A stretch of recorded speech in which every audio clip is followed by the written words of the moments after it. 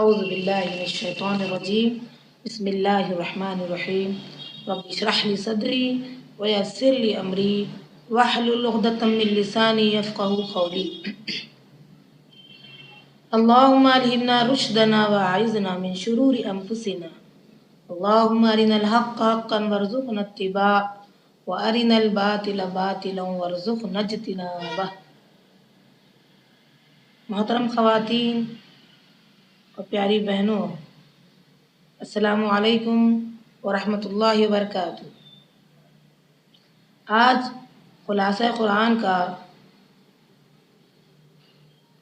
تیسرا حصہ یعنی سورہ بقرہ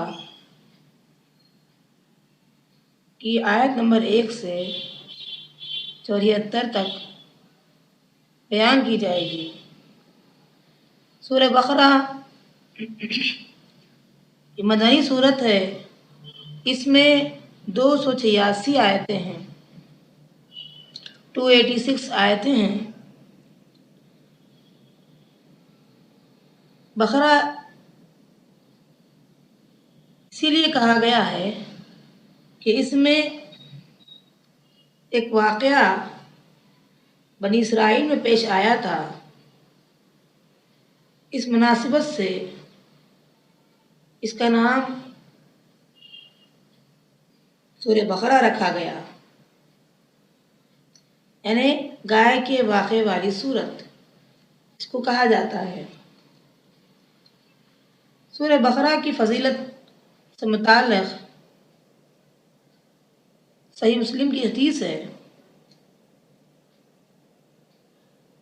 کتاب نمبر 6 حدیث باب نمبر 29 اور حدیث نمبر 780 میں رسول اللہ صلی اللہ علیہ وسلم نے اس کی فضیلت سے متعلق یوں بیان کیا کہ لوگوں اپنے گھروں کو قبرستان نہ بناؤ، جس گھر میں سورہ بقرہ پڑھی جاتی ہے شیطان وہاں سے بھاگ جاتا ہے۔ ایک اور حدیث مسلم ہی کی ہے، کتاب نمبر 6 حدیث نمبر 804، فرماتے ہیں رسول اللہ صلی اللہ علیہ وسلم، لوگوں سورہ بقرہ پڑھا کرو، اس کا پڑھنا باعث برکت ہے اور اس کا چھوڑ دینا باعث حسرت ہے۔ بہادر لوگ بھی اور طاقتور شیطان بھی اپنی کچھ نہیں چلا سکتے، یہ ایسی صورت ہے۔ الف لام میم، اس کے معنی اللہ کو معلوم ہے، البتہ اس ضمن ایک حدیث آئی ہے، ترمذی کتاب نمبر 42 باب نمبر 16 حدیث نمبر 2910، جو کوئی الف لام میم، الف لام اور میم یہ جو حرف پڑھے اس کے لیے نیکی ہے۔ الف ایک حرف، لام ایک حرف ہے اور میم ایک حرف ہے، اس نیکی کا 10 گنا اجر ہے، ثواب ہے، اس نیکی کا اجر 10 گنا پر جاتا ہے۔ ذالک الکتاب لا ریب فیہ ھدی للمتقین، یہ ایسی کتاب ہے جس میں ذرہ برابر شک نہیں ہے، اللہ کی طرف سے نازل کردہ ہونے میں کوئی شک نہیں ہے، حق و باطل میں یعنی اس کے درمیان بیان کرنے میں، اس کے سچ ہونے میں اور اللہ کی طرف سے بھیجے جانے والے احکامات میں کوئی شک نہیں ہے۔ لوگوں کی بھلائی اسی میں ہے اور یہ ہدایت کا سامان دیتی ہے متقی لوگوں کو۔ الذین یؤمنون بالغیب ویقیمون الصلاۃ ومما رزقناہم ینفقون، غیب کہتے ہیں کہ جو اپنی آنکھوں سے نہیں دیکھ سکتے، جو اپنے آنکھوں سے نہیں دیکھ سکتے اسے غیب کہتے ہیں. یعنی اللہ پر ایمان، فرشتوں پر ایمان، رسولوں پر ایمان، قدر پر ایمان، تقدیر پر ایمان، آخرت پر ایمان، حشر و نشر پر ایمان وغیرہ وغیرہ.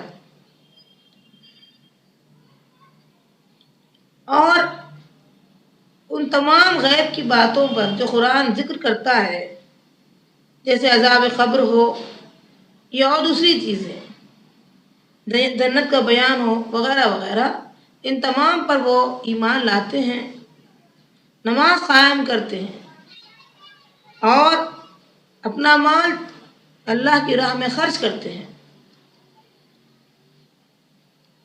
یہ مومنین کی صفات بیان کی جا رہی ہے کہ مومن غیب پر ایمان رکھتا ہے، نماز قائم کرتا ہے، اپنا مال جو اللہ نے دیا ہے اسے وہ اللہ کی راہ میں بھی خرچ کرتا ہے.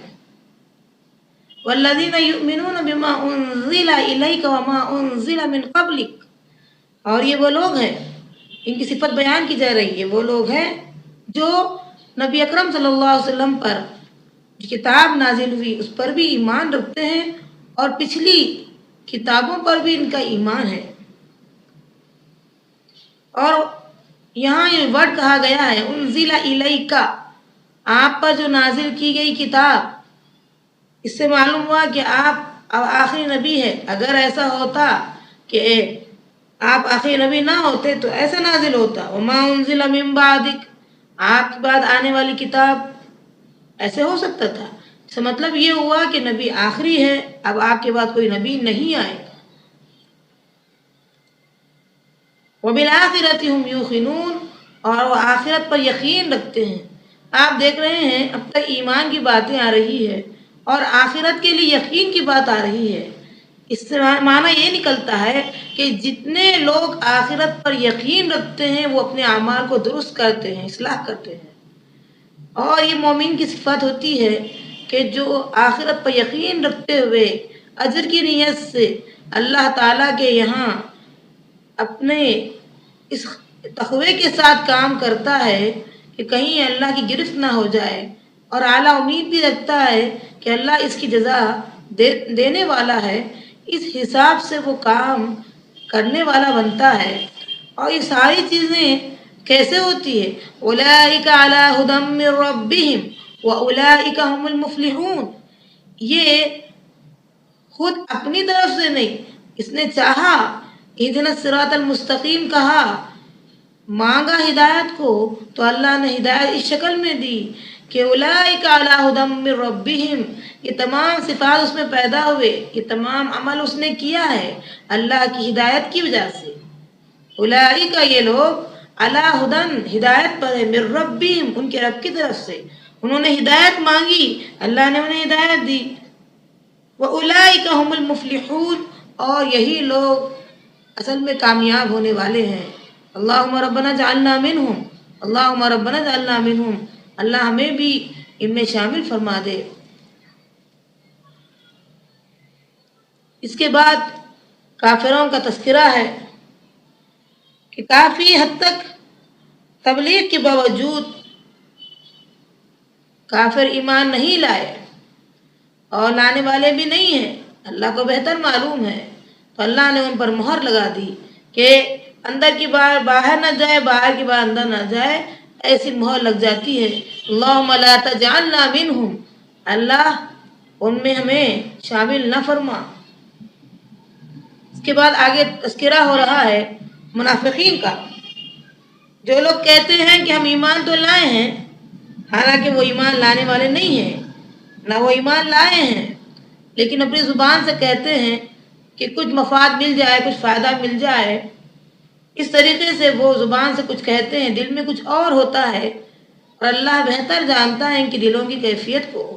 اسی لیے اللہ کہتا ہے یہ ایمان لانے والے نہیں ہیں، یہ صرف اپنی زبان سے دعوے کرتے ہیں. آج ہم اپنا جائزہ بھی لے کر دیکھیں، کیا ہم بھی ایسے ہی ہیں کہ ہر معاملے میں اللہ کی مرضی چلاتے ہیں یا اپنی مرضی بھی چلاتے ہیں؟ کیا ایسا ہمارا معاملہ ہے؟ اللہ بہتر جانتا ہے دلوں کی نیت کو، اسی لیے اللہ کے واسطے نیت کو درست کر لے اور اللہ رب العالمین کے لیے ہر کام ہو جائے، اس کی مانی جائے ہر وقت ہر آن۔ اللہ ہم سب کو ایسی توفیق عطا فرما۔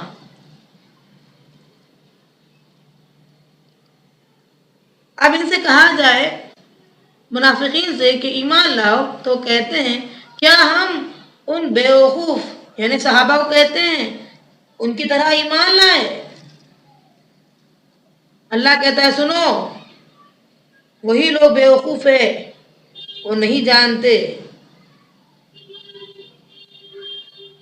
اس کے بعد تذکرہ ہو رہا ہے، توحید کا ذکر ہے۔ اے لوگوں، دنیا میں بسنے والے تمام لوگوں، اس رب کی بات کرو جو تم کو پیدا کیا اور تم سے پہلے والوں کو بھی پیدا کیا۔ غور و فکر کرو، متقی بن جاؤ۔ جو زمین و آسمان کو پیدا کیا، تمہارے لیے ساری چیزیں مہیا کی، وہی حقدار ہے کہ جس کی عبادت کی جائے۔ عبداللہ ابن مسعود سے روایت کردہ ایک حدیث ہے، بخاری کتاب نمبر 65 حدیث نمبر 4477۔ یہ کہا جا رہا ہے، نبی اکرم صلی اللہ علیہ وسلم کہتے ہیں کہ آپ سے صحابہ نے پوچھا ایو ذنب اعظم، کون سا گناہ سب سے بڑا ہے؟ تو انہوں نے جواب دیا، یعنی آپ صلی اللہ علیہ وسلم نے جواب دیا کہ تم اللہ کے ساتھ کسی کو شریک ٹھہراؤ حالانکہ اس نے تم کو پیدا کیا۔ پھر پوچھا گیا اس کے بعد سب سے بڑا گناہ کون سا ہے؟ تو بتایا گیا تم اپنے بچے کو قتل اسی لیے اس ڈر سے کرو کہ وہ تمہارے ساتھ کھائے گا۔ پھر پوچھا گیا اس کے بعد کون سا گناہ سب سے بڑا ہے؟ تو کہا گیا اپنی پڑوسن سے زنا کرو۔ آگے اللہ کی وحدانیت کے بعد بیان کیا جا رہا ہے نبی صلی اللہ علیہ وسلم کی رسالت کے بارے میں۔ جو لوگ شک میں ہیں، قیامت تک اگر یہ کوشش کریں گے کہ یہ قرآن اللہ کی طرف سے نازل کردہ ہے، ایمان لانے والے نہیں ہیں، قیامت تک کوئی آدمی ایسا نہیں ہوگا جو قرآن جیسی کتاب لائے یا چند صورتیں لائے یا چند آیتیں لائے۔ اس کا ذکر پہلے گزر چکا ہے۔ ان کو شک ہے کہ اللہ کی طرف سے نازل کردہ نہیں ہے۔ اب اس کے بعد ان سے کہا گیا کہ اگر جو کوشش پہلوں نے کی تھی تم بھی کر کے دیکھو اور تم نہیں کر سکو گے، اس لیے کہ جو رب تم کو پیدا کیا وہی تم کو کتاب بھی دیا ہے، یہ اس کی طرف سے نازل کردہ ہے، محمد صلی اللہ علیہ وسلم نے نہیں گھڑا ہے اپنی طرف سے۔ پھر اللہ نے خود کہہ دیا فَإِن لَمْ تَفْعَلُوا، بس تم پہلے بھی نہیں کیے تھے، وَلَن تَفْعَلُوا، اور قیامت تک نہیں کر سکو گے۔ اس چیلنج میں یعنی اس جیسی کتاب نہیں لا سکو گے، اس جیسی آیتیں یا صورتیں یا صورتوں میں کوئی حصہ بھی نہیں لا سکو گے۔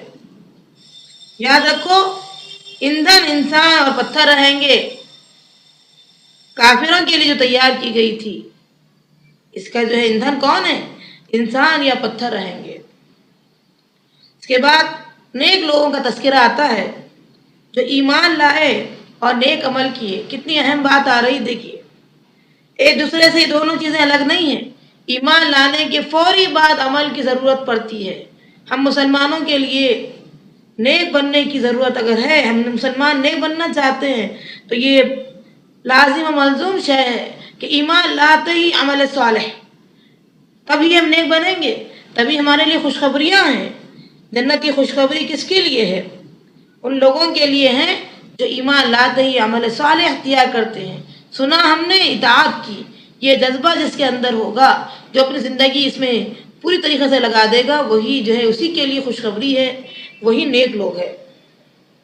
اس کے بعد ان کافروں کا ذکر ہے جو انکار کرتے ہیں، کیف تکفرون باللہ، تم کیسے انکار کرتے ہو اللہ کا، وکنتم اموات، جب تو تم مردہ تھے۔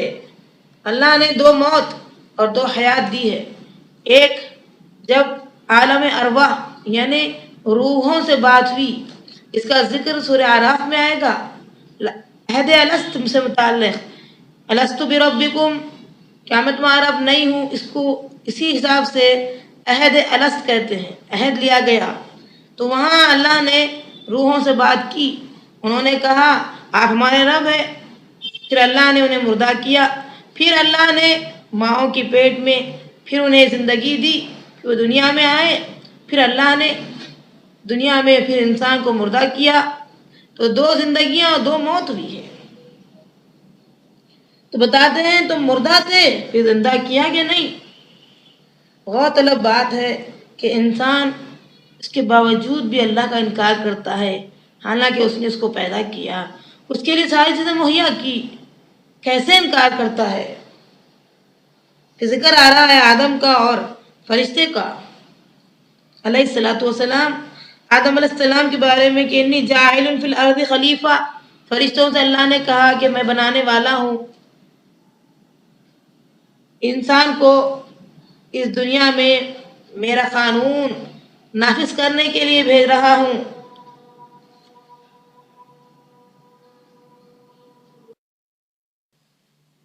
فرشتوں نے کہا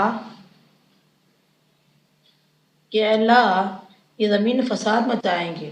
اللہ نے کہا میں وہ جانتا ہوں جو تم نہیں جانتے۔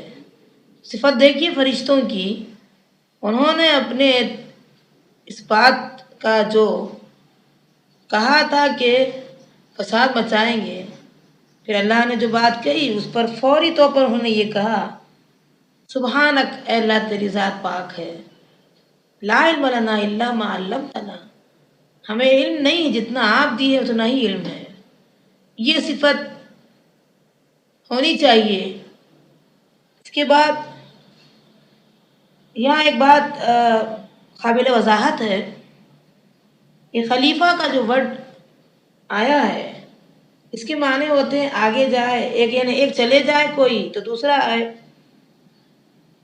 اب یہاں جو اللہ نے انی جاعل فی الارض خلیفہ جو کہا ہے، تو یہاں خلیفہ کے معنی یہ نہیں ہے، کیونکہ اللہ ہمیشہ سے ہمیشہ رہے گا، تو یہ معنی نہیں ہو سکتا ہے۔ اس کی معنی یہاں یہ ہے کہ اللہ کے قانون کو نافذ کرنے والا ہے انسان، انسان اللہ کے قانون کو نافذ کرے گا۔ آگے ابلیس کا اور آدم علیہ السلام کا ذکر ہے۔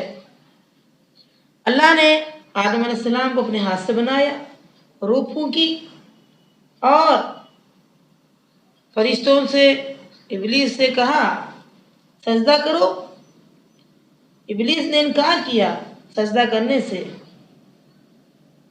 اور وہ کافروں میں سے ہو گیا۔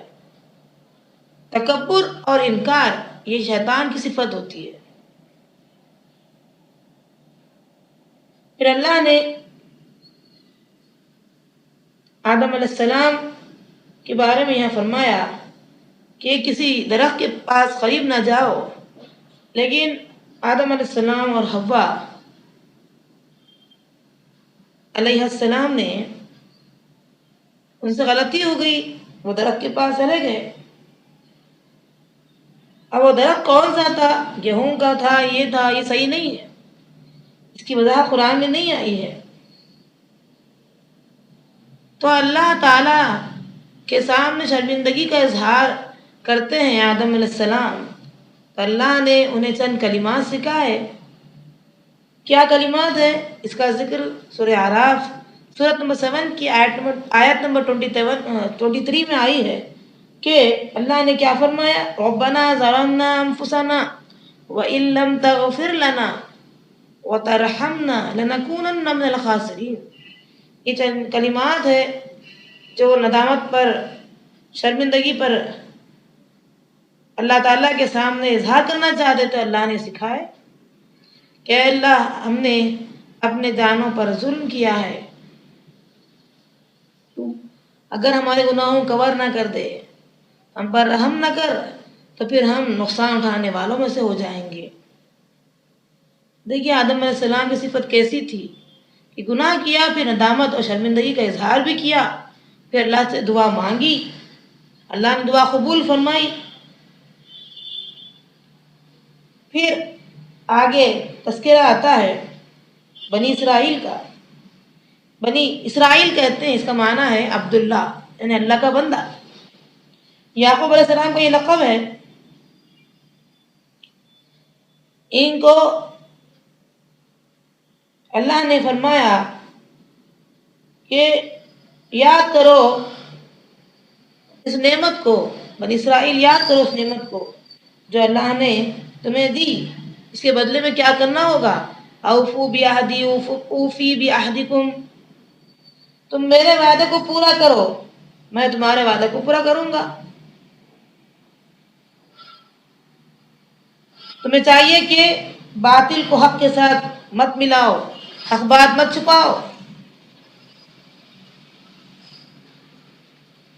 اور رکوع کرنے والوں کے ساتھ رکوع کرو، اللہ کی بات کرو، رکوع کرنے والوں کے ساتھ رکوع کرو۔ پھر اس کے بعد کچھ لوگوں کا تذکرہ آتا ہے جو اتأمرون الناس بالبر وتنسون انفسکم، کچھ لوگ ایسے ہیں جو دوسروں کو تو حکم دیتے ہیں لیکن خود عمل نہیں کرتے، اپنے آپ کو بھول جاتے ہیں۔ اس سے اندازہ کیجئے ہم میں سے کوئی ایسے ہیں جو لوگوں کو تو نیکی کا حکم دیتے ہیں، خود اپنے آپ کو بھول جاتے ہیں۔ اللہ تعالیٰ ایسے لوگوں سے بچائے رکھنا۔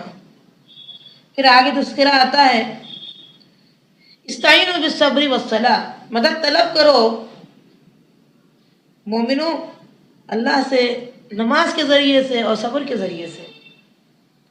نماز کے بارے میں آتا ہے کہ نماز شاخ گزرتی ہے مگر ان لوگوں پر نہیں جو نیک ہیں، جو اللہ سے ملاقات کرنے کا شوق رکھتے ہیں، جنہیں یہ پتہ ہے کہ جانا وہاں ہے، تو وہ نماز بڑی آسانی سے پڑھتے ہیں، خشوع و خضوع سے پڑھتے ہیں۔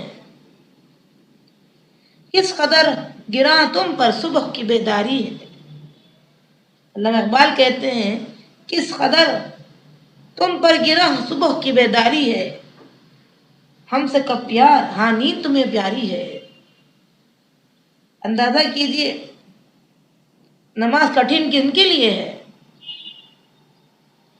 جو اللہ کی یاد سے غافل ہے، جنہیں اللہ سے ملاقات کرنے کا شوق نہیں ہے، وہ سجدے نہیں کرتے۔ جب موسم سرما ہوتا ہے، ٹھنڈک سے گرم گرم بستروں پہ سوتے ہیں، بستر چھوڑنا نہیں چاہتے، کیونکہ انہیں پتا ہوتا کہ ایک دن جانا اللہ کے پاس، تو یہ کام کو آسان کر لیتے۔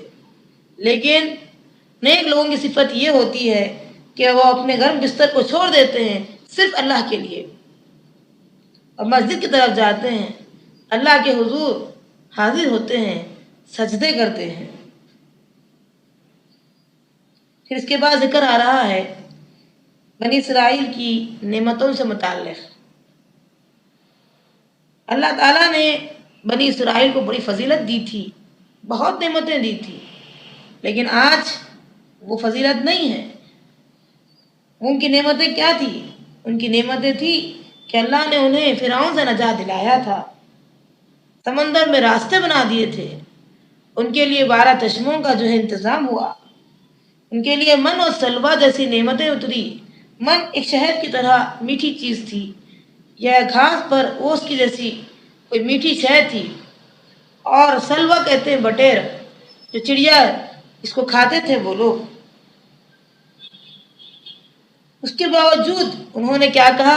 ارین اللہ جہرا، اتنی نعمتیں پا کر کہتے ہیں جب تک اللہ تعالیٰ کو ہمارے سامنے نہ دکھاتے ہم ایمان لانے والے نہیں ہیں۔ اور طلب بات ہے اللہ نے فضیلت چھین لی. یہ فضیلت آج نبی صلی اللہ علیہ وسلم کے آنے کے بعد امت محمدیہ کو دے دی گئی ہے، جس کے بارے میں اللہ نے سورہ آل عمران سورت نمبر 3 کی آیت نمبر 110 میں 110 میں فرماتے ہیں، تم خیر امہ، تم بہترین امت ہو. دیکھیے کتنی بھاری بات آ رہی ہے. بہترین امت اس اعتبار سے بنے گی کہ لوگوں کو نیکی کا حکم دینے والے اور برائیوں سے روکنے والے اور ایمان لانے والے رہیں گی. یہ لوگ جب ان سے کہا جائے کہ اللہ تعالیٰ سے مغفرت طلب کرو تو کہنے لگے کہ یہ نعمتیں جو اللہ نے دی ہے، من و سلوہ وغیرہ، ہمیں نہیں چاہیے، ہمیں زمین کے کھانے چاہیے. اتنے بھوکے ہو گئے. حبۃ فی شعر، ہم کو جو ہے دانا چاہیے، گیہوں کے دانے چاہیے. بخاری کی حدیث ہے، کتاب نمبر 65 حدیث نمبر 4479.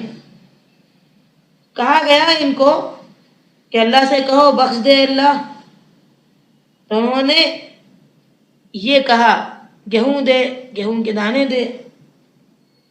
جسے کافی بھوکے لوگ کہتے ہیں کہ ان سے کہا جائے کچھ اور تو کہتے کچھ اور. اب آج ہم دیکھتے ہیں یہ لوگ مسلمانوں کی زمین فلسطین کے اندر مسلمانوں پر قبضہ کیے ہوئے اور اسرائیل نام سے حکومت قائم کیے ہوئے ہیں. یہ کہتے تھے اے موسیٰ،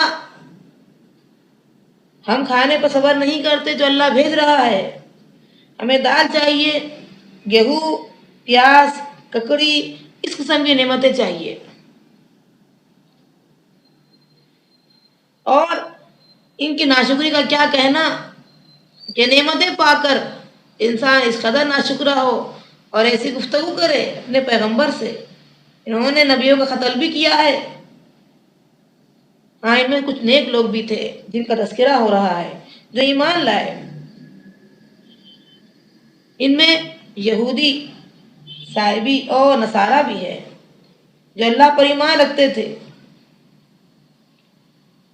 اور اس ضمن ایک حدیث آتی ہے، مسلم کی حدیث ہے، کتاب نمبر 1 باب نمبر 70 اور حدیث نمبر 153. اس ذات کی قسم جس کے ہاتھ میں محمد صلی اللہ علیہ وسلم کی جان ہے،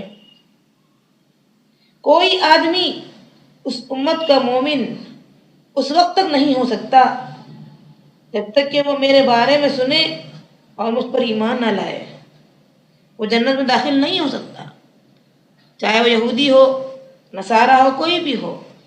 نبی صلی اللہ علیہ وسلم کے بارے میں سنے اور ایمان نہ لائے تو جنت میں داخل نہیں ہو سکتا. تو معلوم یہ ہوا کہ سب کا دین ایک تھا، لیکن محمد صلی اللہ علیہ وسلم کے آنے کے بعد اگر وہ ایمان نہیں لاتے محمد صلی اللہ علیہ وسلم پر تو پھر وہ جنت میں داخل نہیں ہو سکتے. کچھ یہودی تھے جو حد سے تجاوز کیے تھے. انہیں ہفتے کے دن شکار سے روکا گیا تھا، لیکن وہ باز نہیں آئے اور اللہ نے ان کے اس عمل کی وجہ سے انہیں بندر بنا دیا. پتا چلا کہ اللہ کے قانون کو توڑنے سے کیا سزا ملتی ہے. ہمارے لیے نصیحت ہے، آج بھی کوئی اس قسم کی حرکت کرے گا کہ اللہ کے قانون کو توڑے گا، اسے بھی وہی سزا مل جائے گی جو ان یہودیوں کو ملی تھی. آگے تذکرہ آ رہا ہے، وہی گائے کا ذکر. ایک شخص تھا جو اولاد والا نہیں تھا، اس کو اولاد نہیں تھی. اس نے اپنے بھتیجے کو پالا تھا، اپنے پاس رکھا تھا. بھتیجے نے دیکھا کہ چچا کے پاس بہت سا مال ہے. مال کی لالچ میں اس نے چچا کو قتل کر دیا. یہ تذکرہ موسیٰ علیہ السلام کے پاس ہوا کہ قاتل کی پہچان نہیں ہو رہی ہے، کون قاتل ہے. تو اس وقت موسیٰ علیہ السلام نے کہا ٹھیک ہے گائے کو ذبح کرو اور اس کا ٹکڑا اس مردے کو لگاؤ، وہ اللہ کے حکم سے اٹھے گا اور اپنے قاتل کا پتہ کروا دے گا۔ تو انہوں نے اس پر بال کی کھال نکال دی، یعنی اب گائے کے بارے میں یہ پوچھتے ہیں وہ گائے کیسی ہو، ان کا رنگ کیسا ہو، اس کی عمر کیا ہو، وغیرہ وغیرہ۔ تو اللہ نے کہا مسلمۃ لا شیۃ فیہا، جو کھیت جوتنے والی نہ ہو، عیبدار نہ ہو، بوڑھی نہ ہو، بلکہ وہ جوان ہو۔ ایسی گائے بڑی مشکل سے ملی، پھر وہ ذبح کی گئی اور پھر اس کا گوشت لگایا گیا۔ وہ اللہ کے حکم سے کچھ دیر کے لیے اٹھا اور اپنے قاتل کے بارے میں بتا دیا اور پھر وہ اللہ کے حکم سے مر گیا۔ یہ سب کچھ دیکھنے کے باوجود ان کے دل اتنے پتھر جیسے ہو گئے، ثم قست قلوبکم، ان کے جو دل ہیں وہ بہت پتھر جیسے ہو گئے، بلکہ پتھر سے بھی زیادہ سخت ہو چکے۔ پتھر کا معاملہ ایسا ہوتا ہے جب بارش پڑتی ہے تو وہ نرم ہو جاتے ہیں، اللہ کی خشیت سے لڑک جاتے ہیں، لیکن ان کے دل اس سے بھی زیادہ سخت ہو چکے تھے۔ اللہ تعالی ہم سب کو ایسے اعمال سے، ایسے کام سے بچائے رکھنا اور اللہ رب العالمین ہمیں نیکوکاروں میں شامل فرمانا۔ وصلی اللہ علی خیر خلقہ وعلی آلہ وصحبہ اجمعین۔ السلام علیکم ورحمۃ اللہ وبرکاتہ۔